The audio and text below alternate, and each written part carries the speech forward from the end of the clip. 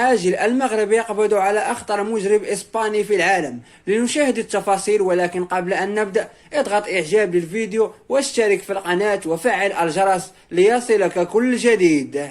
تمكنت عناصر الأمن الوطني بمطار ابن بطوطة بمدينة طنجة من توقيف مواطن إسباني يبلغ من العمر 44 سنة كان يشكل موضوع أمر دولي بإلقاء القبض صادر في حقه من طرف السلطات القضائية بدولة أندروا. وأوضحت المصادر المطلعة أنه قد جرى توقيف المعني بالأمر مباشرة بعد وصوله على متن رحلة جوية قادمة من إسبانيا، حيث أظهرت عملية تنقيطه بقاعدة بيانات المنظمة الدولية للشرطة الجنائية الانتربول أنه مبحوث عنه على الصعيد الدولي بموجب نشرة حمراء صادرة بطلب من المكتب المركزي الوطني بأندروا، وذلك لتنفيذ عقوبة سجنية صادرة في حقه. وأضافت المصادر أنه يشتبه في ارتباط الأجنبي الموقوف في المغرب أنه في شبكة إجرامية نفذت عمليات للتهريب الدولي للكوكايين والحشيش والإكستازي والمخدرات.